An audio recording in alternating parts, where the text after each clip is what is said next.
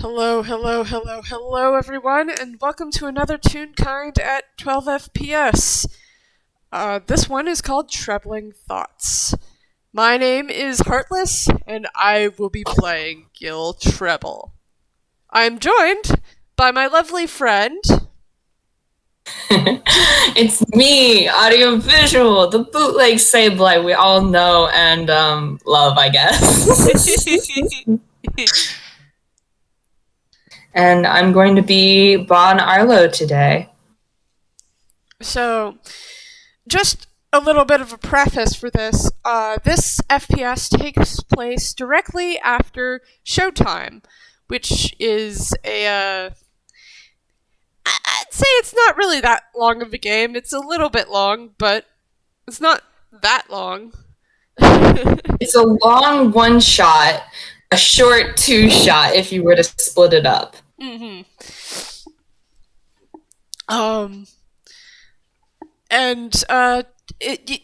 Medium-ish angst warning because of the topics that will be discussed. Now that that's out of the way, Bon. It is going home time, so you're on your way back to your apartment, and I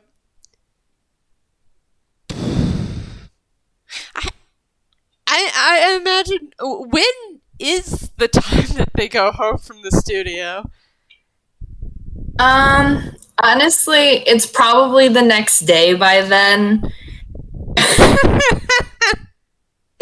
Let's be real, because they're gonna stick Marcel in the at least the studio's infirmary for a bit and give him a look over. Give everyone sort of a general, okay, I'm gonna make sure you aren't gonna drop like into a coma or something like the second I turn around. And so they probably do end up more or less staying through the night. It's Tuesday now, I guess. It's Tuesday now. You really feel like you really need to get out of your Monday shirt, at least. Yeah. Ron's never wearing purple on Monday again. Monday's purple has been ruined.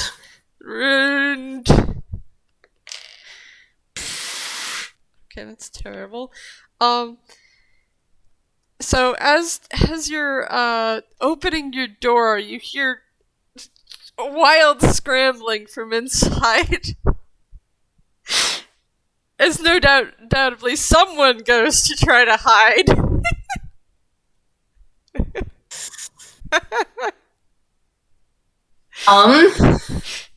Well, at this point, Bon probably has no spell slots, let's be real. They used up almost all of them in the game itself. Yeah. So, Bon is a moment of contemplation. As Bon slowly pulls out their collapsible spear, and they look at the door and they look at the spear, and then they just sort of pause and give a really deep sigh, and they keep unlocking their door. You open it without incident, and your only roommate is admittedly absent from the stage because, and you hear somewhere in the darkness, we didn't have the budget to do more than 2 people this time.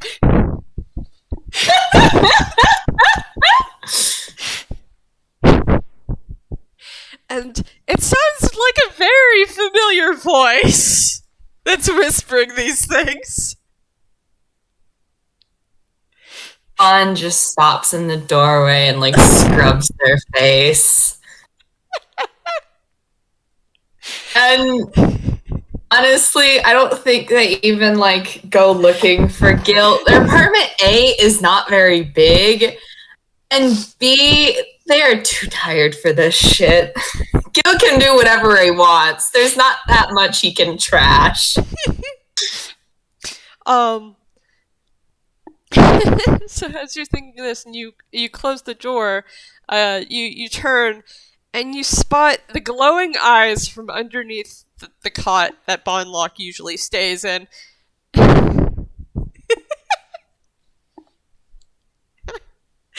Very obvious glowing orange eyes. I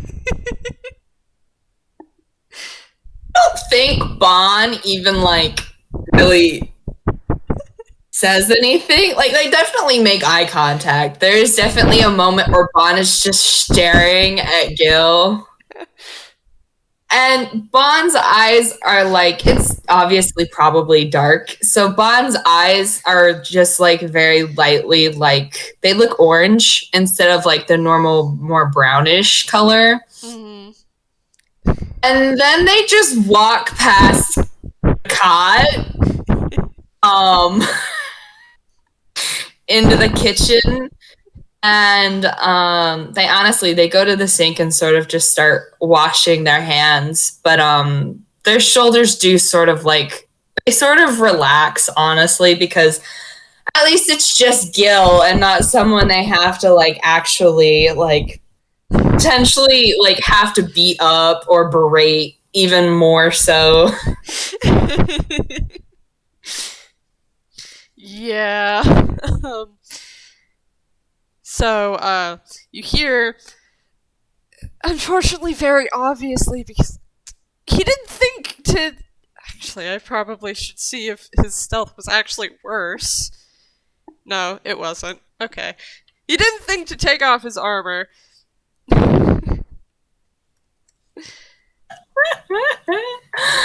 Oh, bless.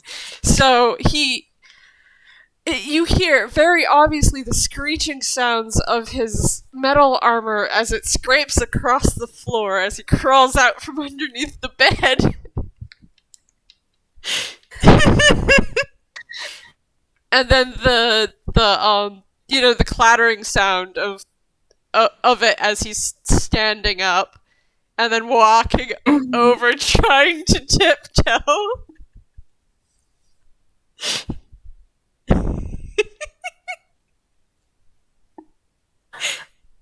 Bon is like, you don't understand. It's just Bon is like, they're like, do I just grit my teeth and keep washing my hands? Do I turn around and like splash him with water? Like, what course of violence do I want to take here?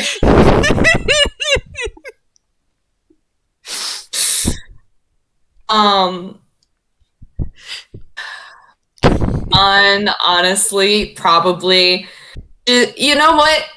Bon turns their head like how owls can turn their head and just looks down at Gil as he's approaching. Gil freezes a half step away and looks up and meets Bon's gaze and goes, "Oh, so you did actually notice me?"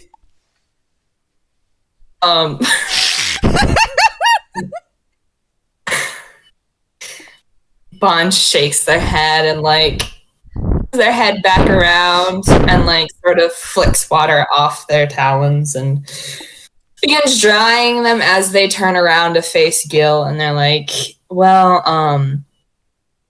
no, I absolutely did not hear your armor scraping across my floor and ruining my deposit.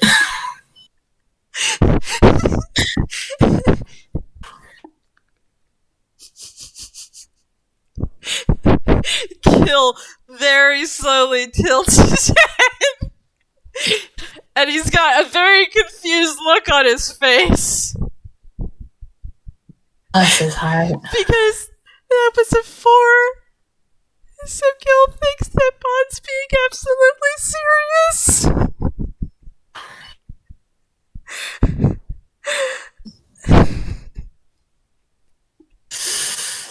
I'm just shaking their head in my head, and I'm just it is just the eternal tired. um, Bun does shake their head at that, and they're like, "Yes, I heard you, Gil. Unfortunately, you were not as sneaky as you normally are." Uh, yeah, well, been a long day, hasn't it? Well, according to, and they look at their bare wrist. According to my clock, it's been a long, about week and a half at this rate.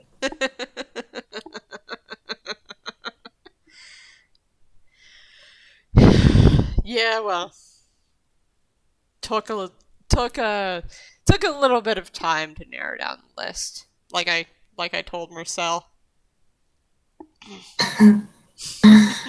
And you weren't the only one looking. I can understand the delay.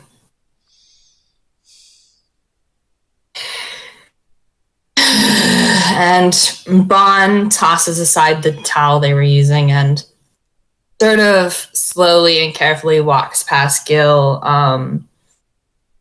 And they begin to take off their red and black medic vest, sort of peeling it off and setting it onto their dresser as they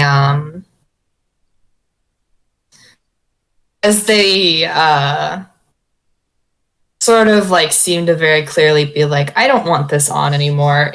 I'm tired of wearing this. Gil kind of follows behind them.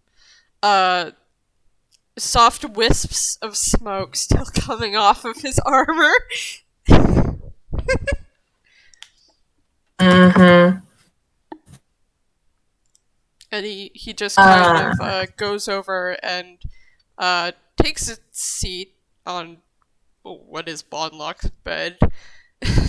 Mm-hmm. And Anne sort of like peels their shirt away from their chest and looks down for a moment, like at their like feathers.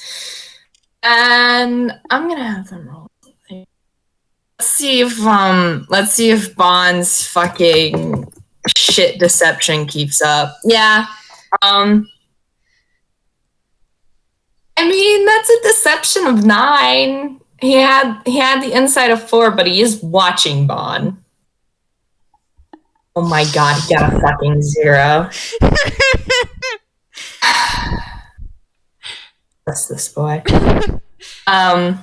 Gil's just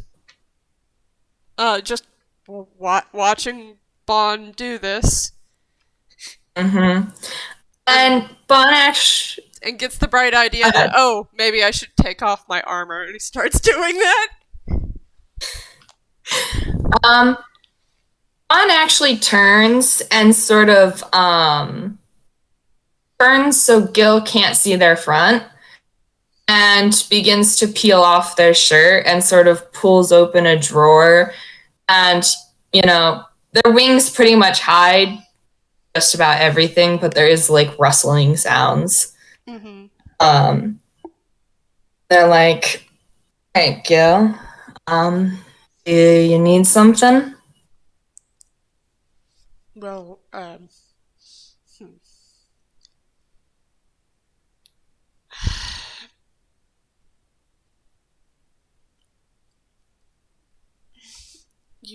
you keep pinky promises like we do, don't you?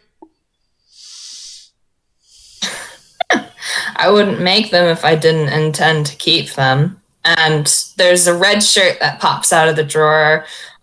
Gil, you don't see, but Bond begins to put it on. Mm-hmm. Well,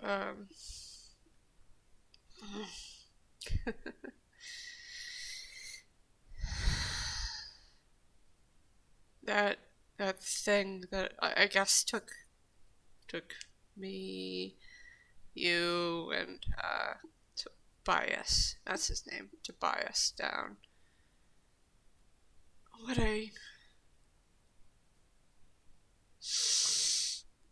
All of you still wanted to be around me, so what I saw wasn't real, right?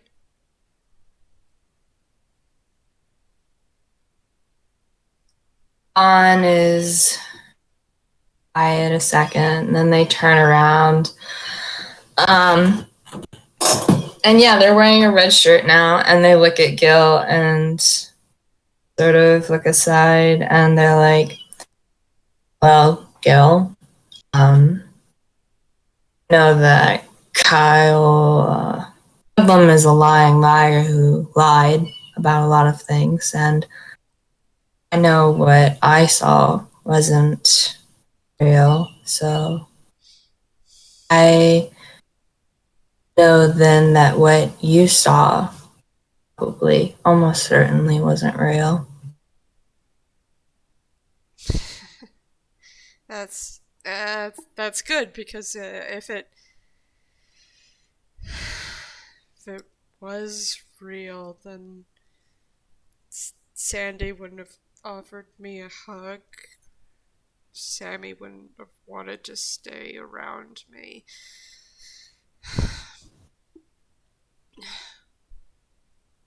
He folds. In cartoonish fashion, he folds his jacket into like a really tiny square and puts it into his pocket, and it goes into his hammer space. Mm-hmm. And the red that it had drains into his turtleneck, and then slowly starts changing to a dark orange color. Mm-hmm. You don't have to tell me, but do you want to talk about what you saw? He puts his hand on his chest and starts pressing at where the scar is. Mm.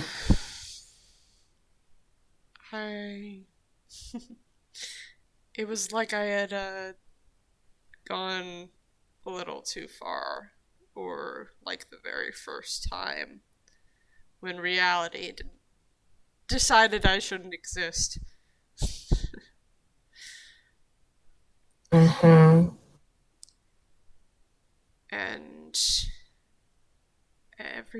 everyone, Bob, Marcel, Sandy, you, Sammy, and Chifley, you turned away from me. You all turned away from me.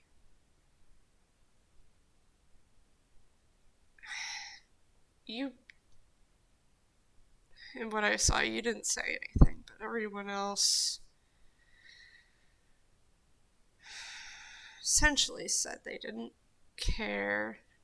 Sandy asked who I was when Marcel asked them, "Do you remember that devil we used to know?" And Bob said I didn't care for him anyways.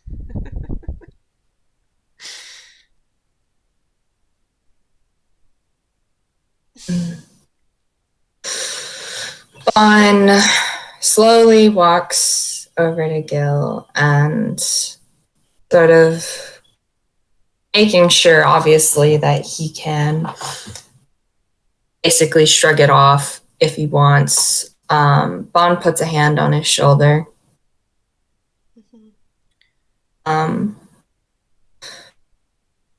Gil, I'm not really... I know that definitely isn't true. I know it's just lies and fears and insecurities fed on, because that's what people like Bedlam do, is they want to make you feel like shit. They want to make you feel like no one is going to ever save you or help you save yourself. let you be happy with what you have. And I did give you a pinky promise, Gil, and I would do it again, and I'd make probably just about any pinky promise with you if you needed that reassurance, because fear is a very difficult monster because it doesn't come as something big and easy to strike down. It comes as a shadow on your doorstep and slips inside and makes a home where you don't want it.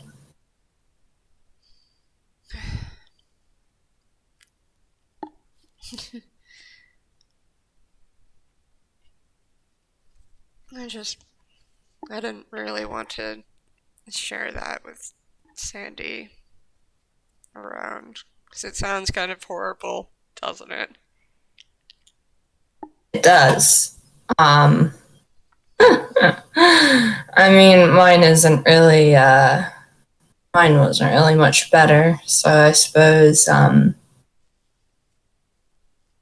we have that much to go off of together.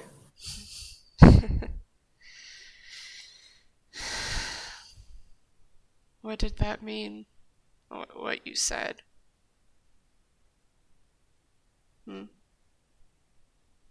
What I said? Yeah, when you woke up, let's see, what was it? ISTs, it's not time to go home. Can I have on something? It's 12. It's a little better. I mean, although, yeah, Bon.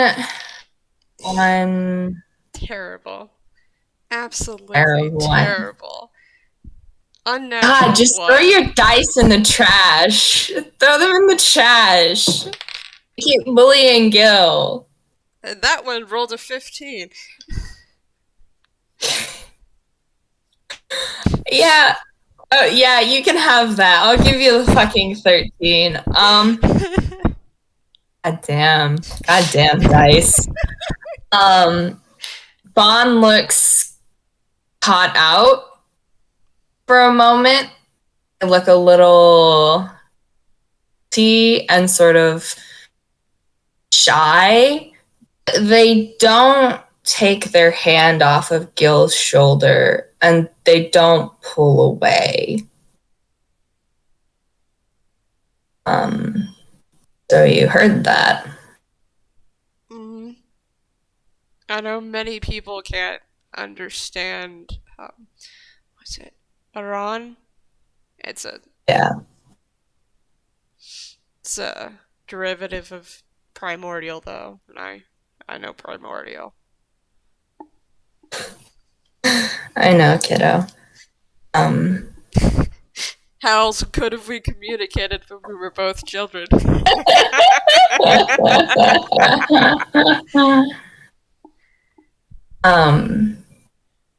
ASTs is my god.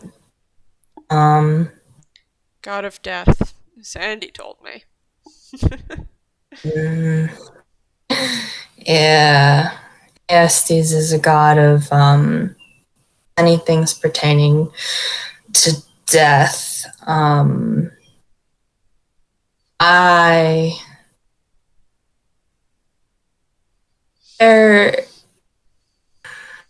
When a follower of ASTs leaves the mortal coil, given a choice. They can pass on peacefully into and under ASC's wings, or they can return to one of the temples under ASD's service, where they will remain until they decide to leave beyond the life they have after death. those who travel under ASD's banner or under ASD's protection colloquially refer to that as going home.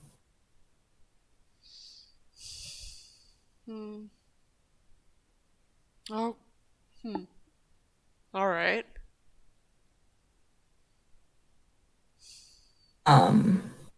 I told, and I made my pact with ASDs to serve under them for my life and beyond it. We're always given a choice by ASDs. You are offered the opportunity to learn when you will pass beyond the veil. That seems kind of useful. Yeah, I know many of those similarly under tutelage who structure their entire lives around that knowledge. I told ASDs I didn't want to know. I made ASDs promise that I would be surprised. I wouldn't get a warning. It would happen when it was deigned to happen, not a moment before. And I would live under the blissful ignorance.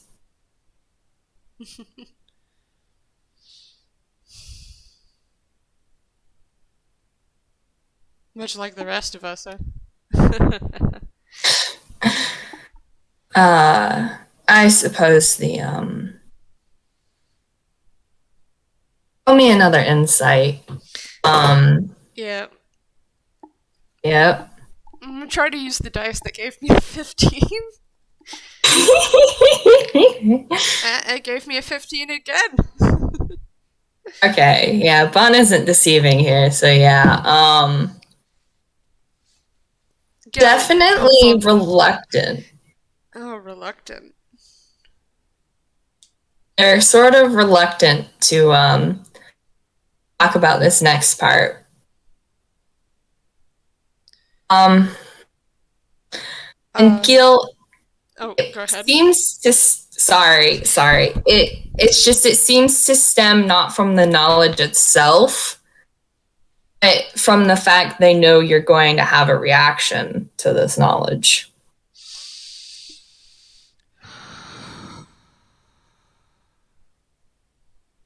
Gille,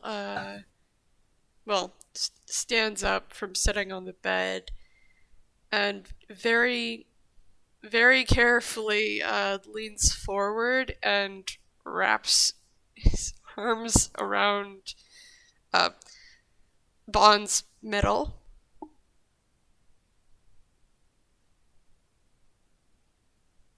And he says,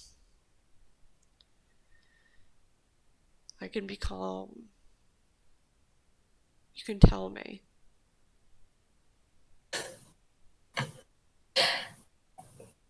There is a process, when we are mere downy fledge, where those higher among ASD's order can see how long a person is meant to live. And our Kakra, we do not live nearly as long as some races. Those who were my caretakers, I was informed I was to die quite young. And quite honestly, Gille, I've lived long enough that to some it would probably just be a matter of time.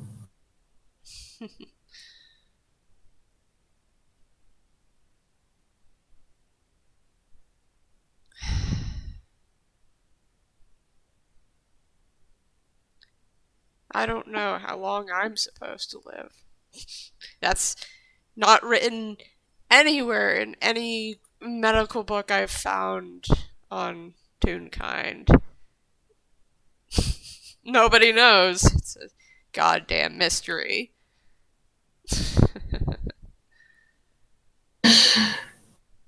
You got me there, kiddo. Could be just as short. Could be just as long as, I think, elves? Elves live a really long time.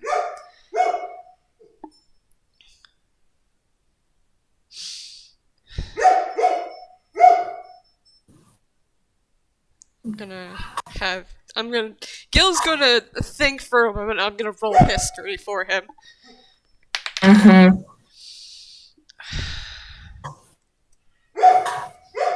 Bad. It was a 9. He's got a +5 to history. Mm-hmm. So he's gonna think for a few moments. And then he's going to say,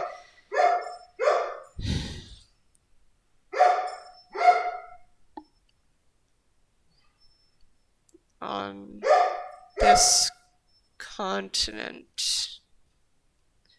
I mean, the history books don't go back all that far.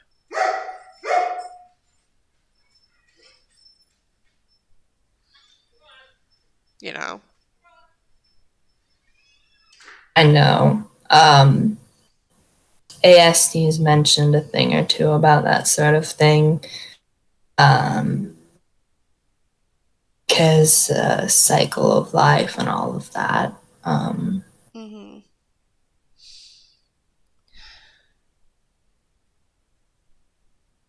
I don't know if I want you to tell anyone else this. I'll be honest, Gil. I don't think anyone else would understand. Except, Marcel might. He's a smart guy. Don't tell him I said that, though. You think I'm going to let him have anything to inflate his ego?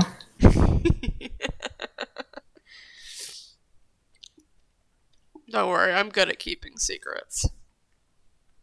I have no doubt, kiddo. But, yeah, ASDs is not supposed to tell me when I go home, and in the nightmare that I was given,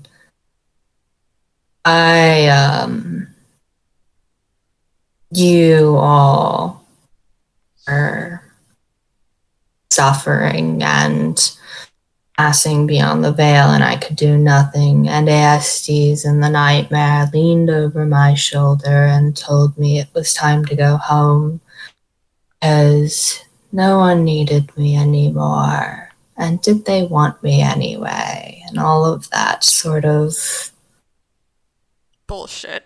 Yes.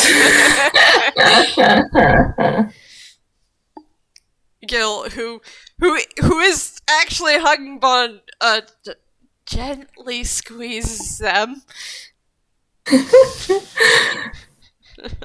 I will note. Gil, as you squeeze Bon, they seem thinner than you thought because it's a lot of fluff.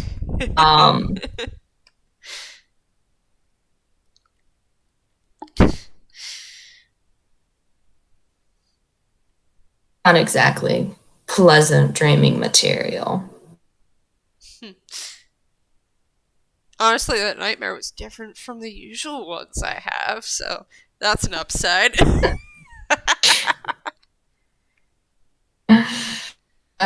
Kiddo. Bon just sort of like lightly ruffles Gil's hair.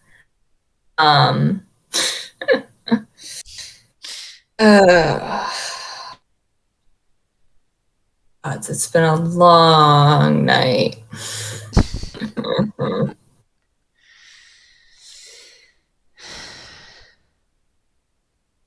Are you tired?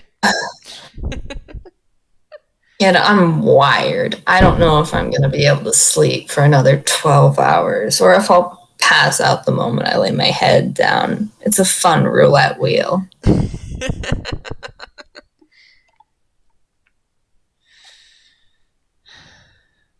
Well, if you're not tired, would you be up for taking a walk? Because I'm not tired at all.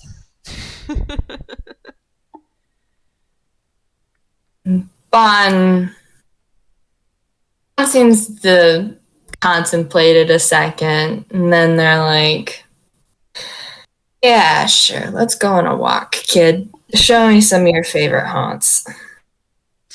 If I can find my way there, although from the time and he unlatches from the hug and starts moving towards the door, and as he's moving towards the door, he starts commenting about how he did use most of this week, and maybe he'd be better at trying to find his way around Toontown now that he has spent a whole week doing it.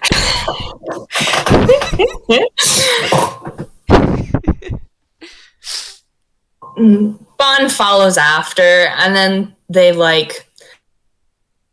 follow Gil out the door, and then they pause for a second and seem to make a show of sort of patting their pockets, and they're like, can you lock the door for me? I seem to have left my keys on my vest, and I'm not going back inside. Gil reaches into his pants pockets, and let's see if he can pull out that key. Yeah, that's a 7. He pulls out a fanciful key ring, which has 3 keys on it. And he examines each one for a moment and takes the one Bon gave him and hands it over to Bon to lock the door. Because Bon's closest. Bon slowly takes the keys and they lock the door with Gil's key, and then they hand Gil back the keys. They don't really say anything about that. That's just sort of a thing they do. Yeah. He takes the keys back and shoves them back in his pocket. Then just starts walking in a direction. Well, okay, Bon's on like the 2nd or 3rd floor. I hope he at least like goes down the stairs first before he gets himself lost in Bon's apartment building. Yeah. He goes down the stairs. He leads the way out of the building.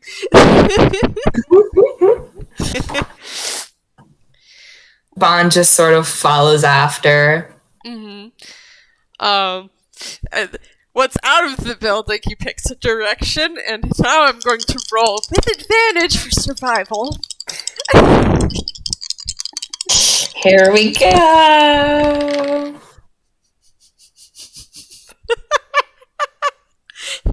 How bad is it? It's a 6 minus 2. It's a 4. Cool. That's We're with lost. advantage. I'm gonna real quick roll a d4 to see. You know what? Somehow they end up all the way next town. Absolutely not. Let me roll Bon's survival, because Bon is not walking all the way to fucking Knick-Knack. At least they start heading in that direction as Bon rolls survival. 15.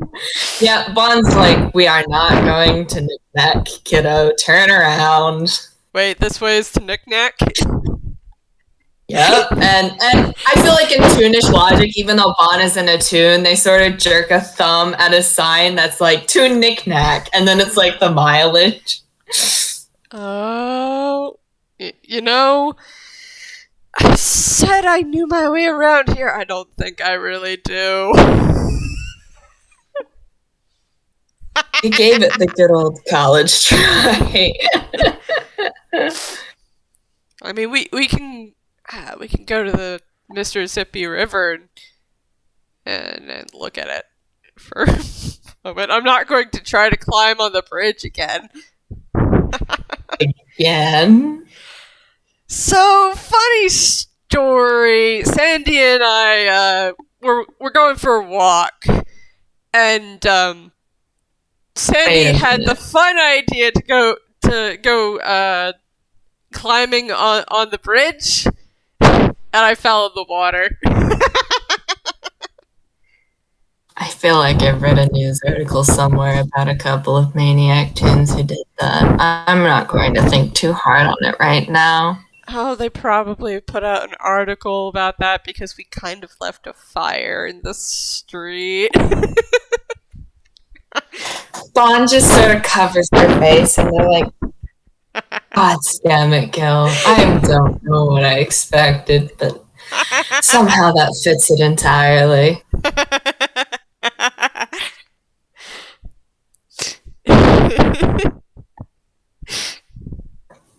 Honestly, I'm surprised I haven't done that sooner. You know what? Let me know if you do. I'll come packing a fire extinguisher. I guess they do sort of start walking, at least in the direction towards Mississippi. Mm-hmm. They start walking somewhere.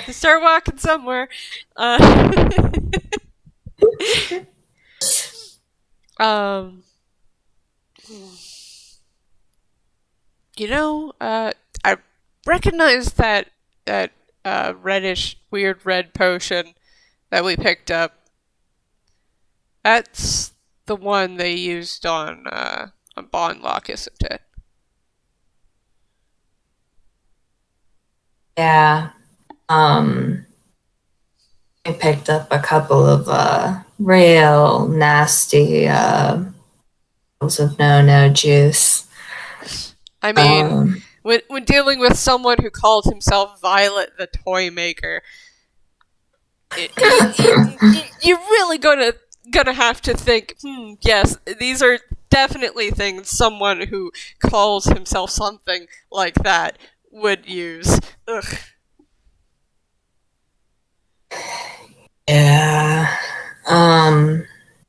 Yeah, we picked up a couple of things that at the very least probably we picked up some stuff that I really hope we can pass along to someone who can use them to find solutions to those particular problems. Yes, exactly.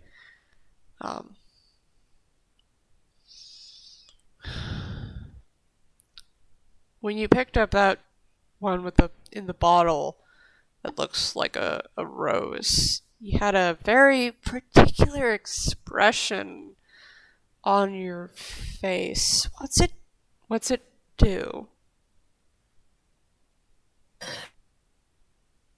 Bon gets a similar expression on their face, a very complicated, sort of thousand yard stare for a second. And they look down at their hand as if they're expecting to see the bottle in their hand. And they look back up at Gil and they're like, that was a kind of poison that I've seen and heard a lot of people who have gotten hurt by it. And it made me really mad to see it and see it packaged like it wasn't what it was.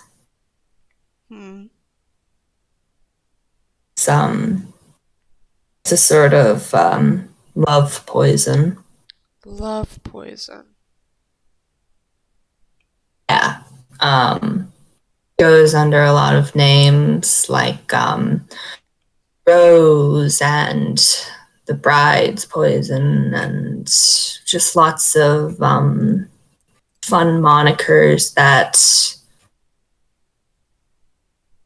make it seem less like it is. It's a sort of addictive love potion that it's subtle and insidious and makes you fall in love with who gives it to you in these doses. And it is one of the most effective killers I've seen, because even if you get the person away from it, there is no guarantee they're ever going to be the same after, and they never are. Oh, that thing.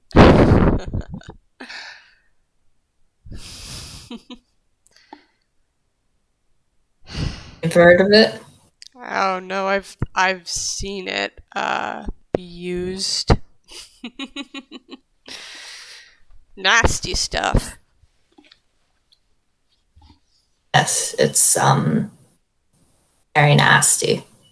Back in Ilfracombe, I think. Well, I know some of the nobles were using it for arranged marriages, that sort of thing. Ugh. Yeah. It's not pleasant, especially whenever you're one of the people trying to figure out how the hell to treat it. Yeah, I bet. I don't tend to touch many potions. Especially not ones that are like that. That's not fun. Yeah. That's not fun.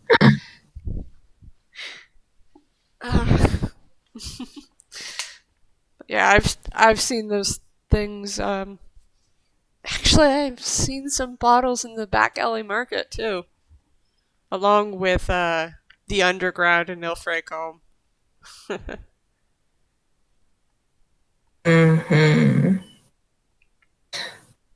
If you run by the market at any point in the next whenever, if you would get me the names of some of those people or their pseudonyms or whatever they go by. No, it's not very anti-hero villainous of you, but You know, I like those kinds of people. I don't like. So the one I knew back in Ilfracombe, he's an asshole. I never even dealt with him because, like I said, I'm not really one to play with poisons. That's for someone who has particularly a really big grudge. And, well, I'd rather deal with my grudges with a sword in my hand. So I've noticed, kiddo. Yeah, I know people who would love to find out where those people are getting their goods from. Let's see. I think the one in Ilfracombe's known. He kind of goes contemplative for a second as he thinks. Mm-hmm.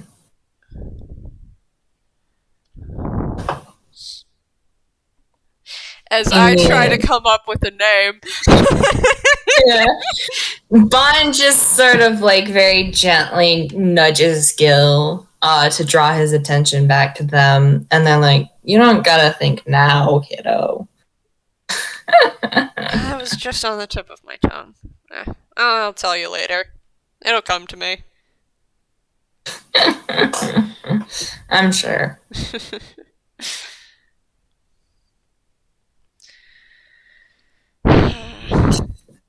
Anyone in the back alley market who would have sold it probably got it from a guy who got it from a guy who might have probably just got it from where we just came from anyways. Yeah, I suppose you're right, but I like being thorough, I suppose. Oh, it's good to be thorough, although sometimes it means you take a week talking to bounty hunters and the police in different disguises so they don't know it's you.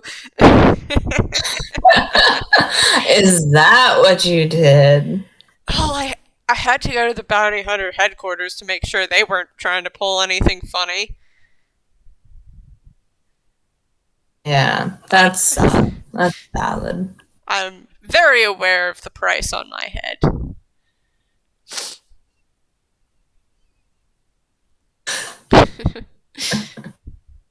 Especially since I've crossed political lines by now. From Dreamworkers into Gesnep. Oh.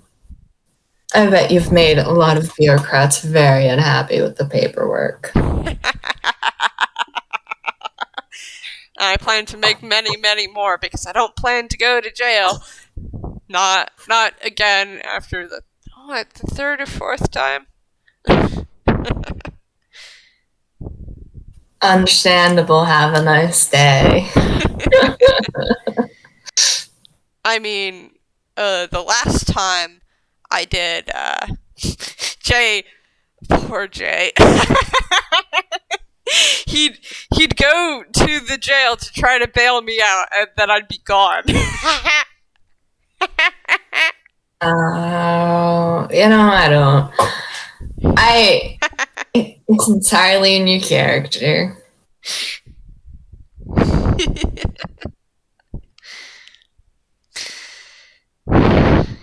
He told me that over drinks. I was surprised. I don't doubt it. I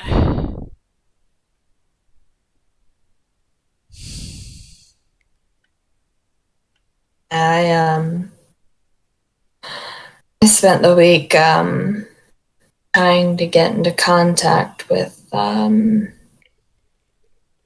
acquaintance of mine, an investigator, to see if they had any information. An investigator? A private one? Something like that. They're a little more respectful than the police, I've found. From your time impersonating one? Well, you see, pretending to be Tremolo Note is a lot easier because I know my cousins look at least a little like I do.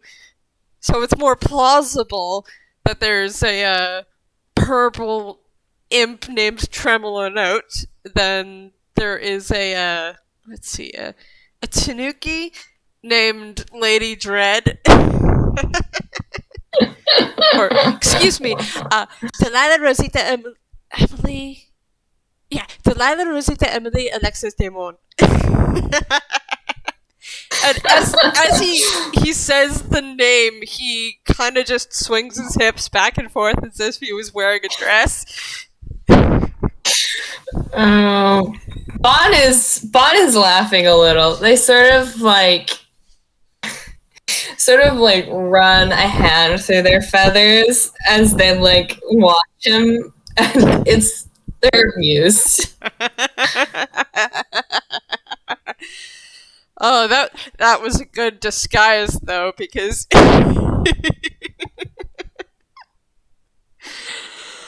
Bonlock had no idea who we were, and if I hadn't have gotten angry, neither Shammy, Chifley, or Jay would too.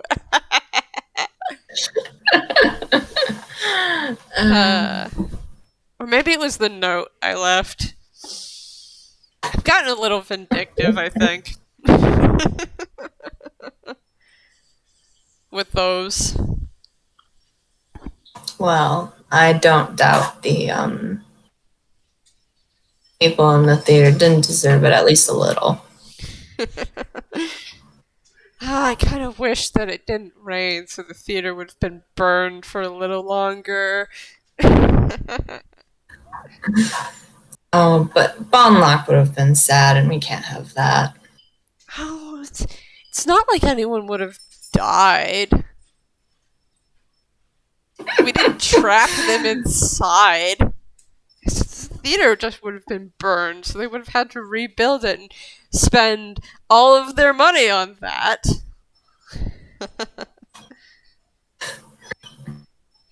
You got me there.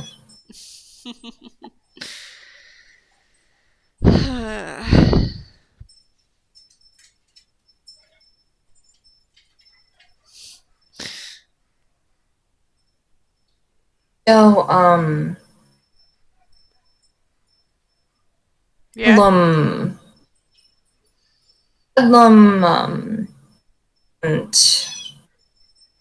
wasn't working alone. Gil just kind of wrinkles his eyebrows for a moment, and then he snaps his fingers. ZC. Yeah. I don't know if it would be safer to tell you everything or tell you nothing and risk them coming after you either way, but Well, the question there is, would that person... So, logically, we did steal stuff. So, logically, if they had any idea as to who had trashed their shop and killed their, at least, business partner... fiance, I believe. Fiance? Oh, okay. So, yes, they'd definitely be trying to figure out who the hell killed their fiance. I'm hoping they don't get to find out. Nothing's ever that easy. Yeah. But all these fancy smancy poisons and potions, none of that was Bedlam's true work at times. Because Bedlam can do poisons and potions, but Bedlam's more forte was spells, from what I've heard. His fiance, Cardia. And Gil's gonna roll another history check. Mm-hmm. Nope. Your Honor, he is trying his best. Cardia. I don't think I recognize that name. You probably wouldn't. They're Evershore based. Yes, Evershore. Yeah, I don't know that much about Evershore. Let's hope you don't have to find out too much. Evershore is a fascinating place, but it is poisoned fruit in a fashion, especially with the recent monarchy and all of that. A lot of very upset people. But if you ever hear about anyone named Cardia or associated with Cardia, if you can, just run.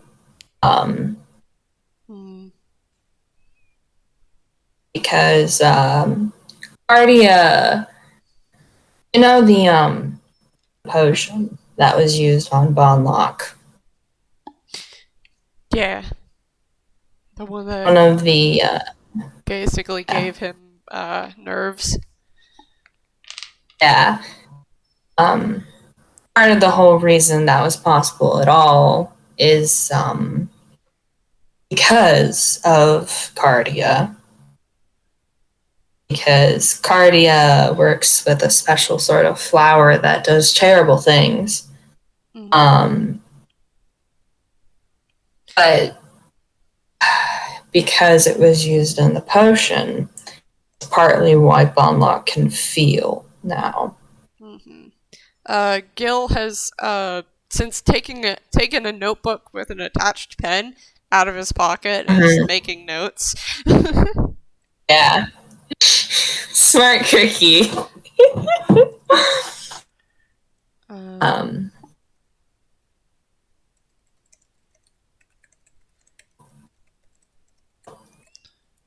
I know it got mentioned whenever we were at the shop. But as part of what you could smell there was the scent of the flowers. Along with Kyle's stank.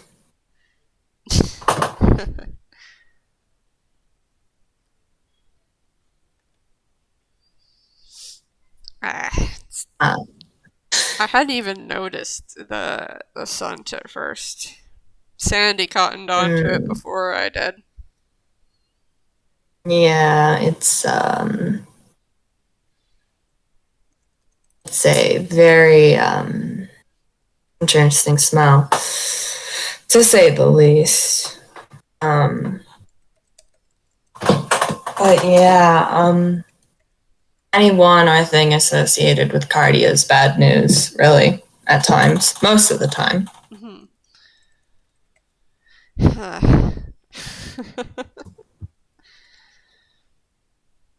Well, we didn't leave any trace of ourselves back there. Except the fact that we stole stuff, but...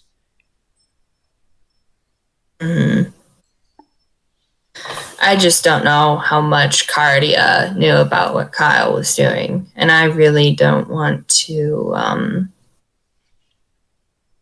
leave at least you in the blind. Because Cardia knew Bedlam took Marcel. And Bon sort of leaves that thought hanging.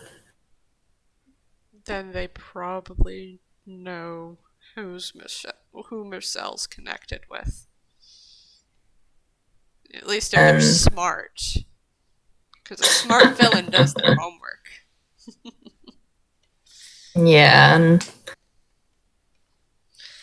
Bon probably left their satchel back at their apartment. Like, that was probably like one of the first things they sort of dropped at the door. Yeah. So you see them sort of make an aborted motion to like go for their bag, and then they pause as they realize they aren't holding it.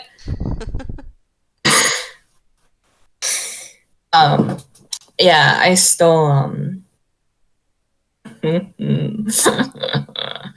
I stole Cardia's little book of potion making, it seems. So if nothing else, I can copy some of that over for you to hold on to, just to know what to look out for. That would be really useful, I'm going to be honest. Yeah. I know you aren't really the medicine one of the group, but Excuse me, I am. are you now, Gil Treble? Gil just kind of crosses his arms. Well, first he puts the notebook away because apparently no more information is coming. So he shoves it back. He folds it up by like squishing it, like rolling it, and then pushes it back into his pants pocket. And then he crosses his arms over his chest. Yeah, I used to read medical books for fun because I was bored. There was admittedly nothing to do because I wasn't allowed to go outside. Well, I see you've proven me wrong. Maybe I'll have to throw one of my medical books at you for fun. Gil gets a very wide smile on his face. Just point me to where you keep them. I won't steal them. I won't steal them. I'll return them. Like a library book. Please don't steal my medical books.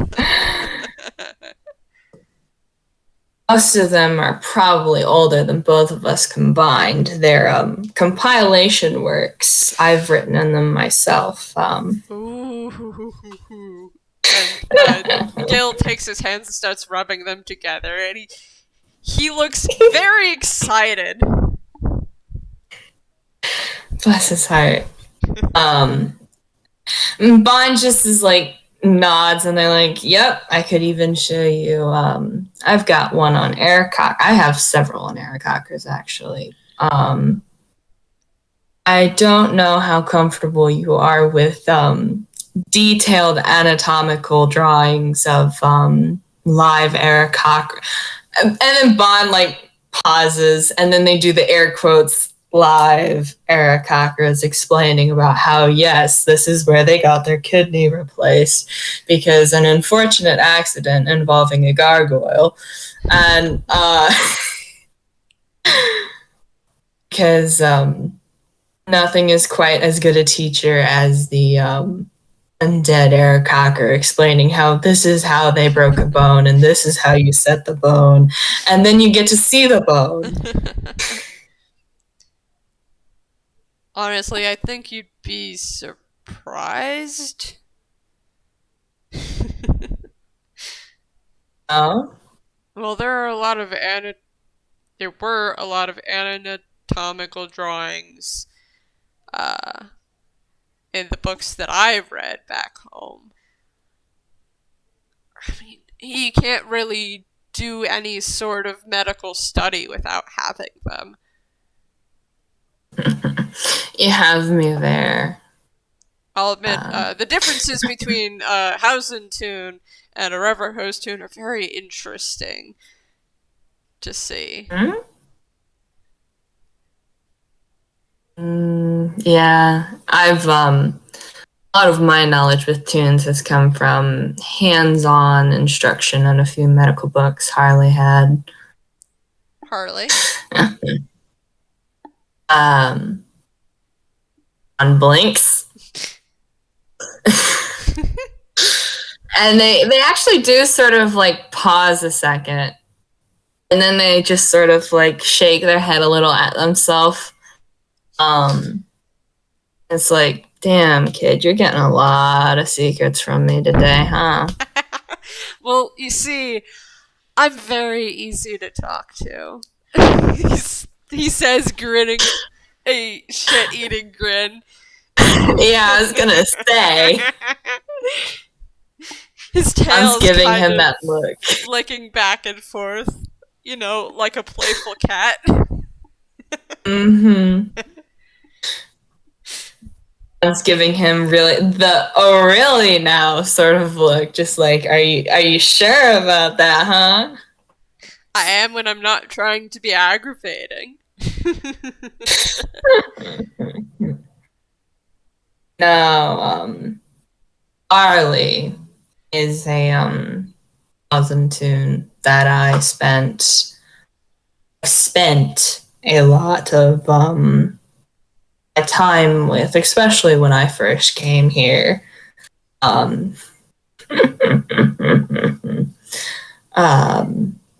They are a influence on my life, and part of the reason I decided to set out and find a very interesting job somewhere.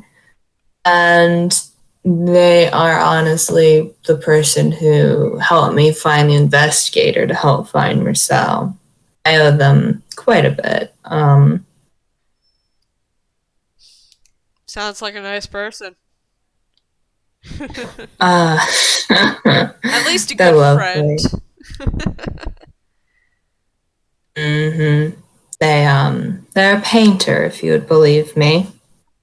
A painter. Mm-hmm. I wonder if I've seen any of their paintings.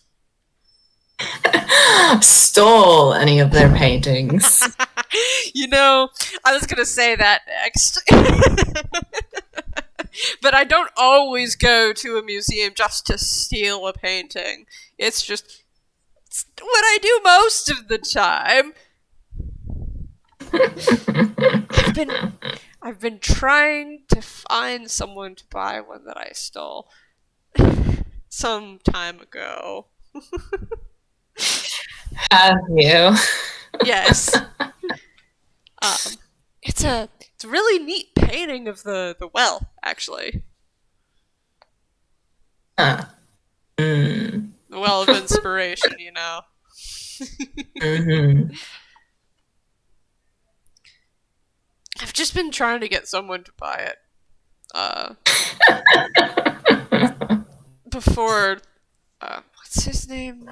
I don't even know his name. Something Million or whatever. Before he finds me. And the police try to get it back. I'm sure I could find someone. I don't work in that part of Harley's life, but being around them, you learn by osmosis. Yeah. Oh, just don't bring me too many things to fence for you. Oh, no. Just that one. It's mostly because I want to buy this old manor outside of town that I've just kind of one of my lairs that I had before I invaded Marcel's apartment.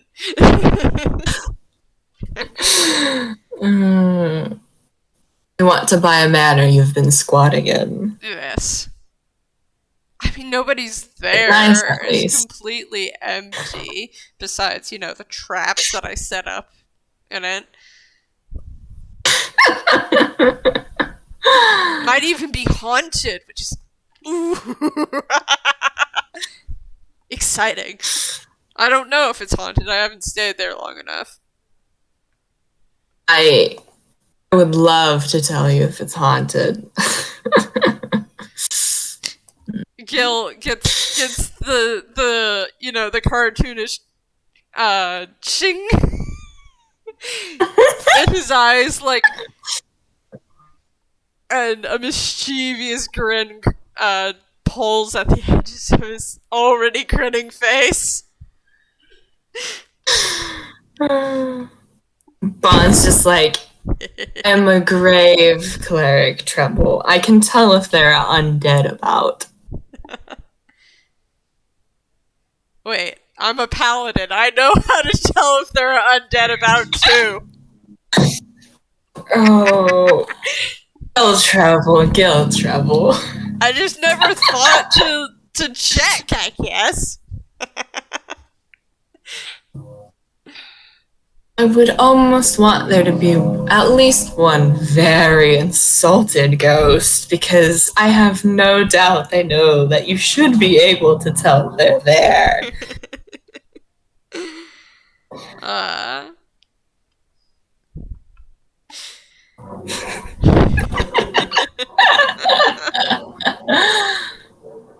You know, that's the when we got there at the broken bird cage. That's the first time I've ever actually used that ability. Oh, Gil. Bon really does just sort of like start scrubbing at like their beak. Like, you know, just sort of like, oh, Gil.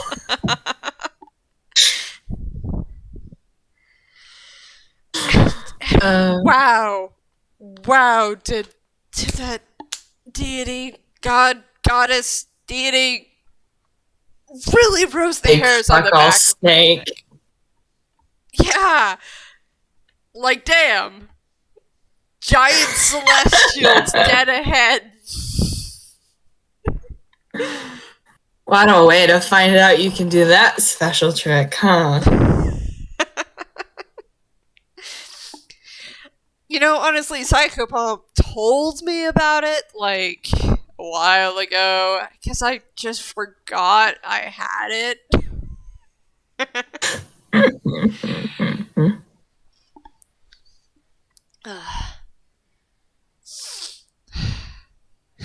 on sort of like swerve slightly in their path to like lightly bump Gil. Mm-hmm. And give him like sort of a tired smile. And they're like, do you feel better, kiddo? Gil's smile grows a little softer. Yeah, I guess so. It's good to know that that was just a stupid nightmare and it wasn't true. Of course it wasn't true. Do you think Gil Treble could be so easily forgotten? It's less forgotten, more like they didn't care. But that's not true. That you guys don't care.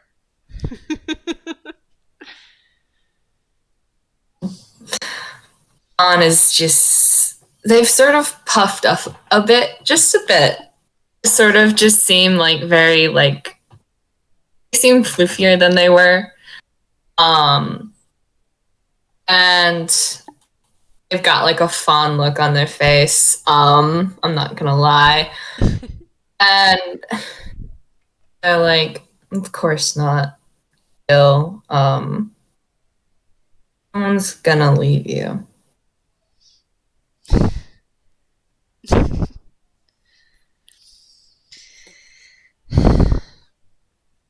It's just really good to hear that. Glad I can tell you. You know, I think that's probably a good place to stop this FPS. Because and just sort of walk along. Gil probably starts telling Bon about the date he had with Chifley. Okay, one last thing. Let's have them both roll survival to see if they get lost. I'm gonna roll with advantage again. Because Gil did, spend a week familiarizing himself with Toontown. Okay. Hey, that's not bad. That's a 15 minus 2. So, like, both get a 13. Amazing. They don't get lost, but I feel like there's definitely a moment where they both sort of like stop and pause and look around and go sort of like, how did we get here?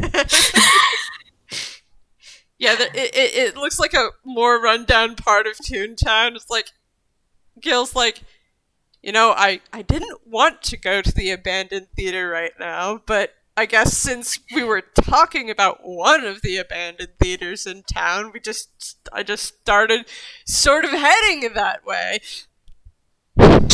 Amazing. Bond's just like quietly laughing as like Gil's sort of looking around saying that, and then it just sort of cuts. Yay! Thank you for joining us for this FBS. Goodbye! Yeah, thank you for joining us. Bye-bye.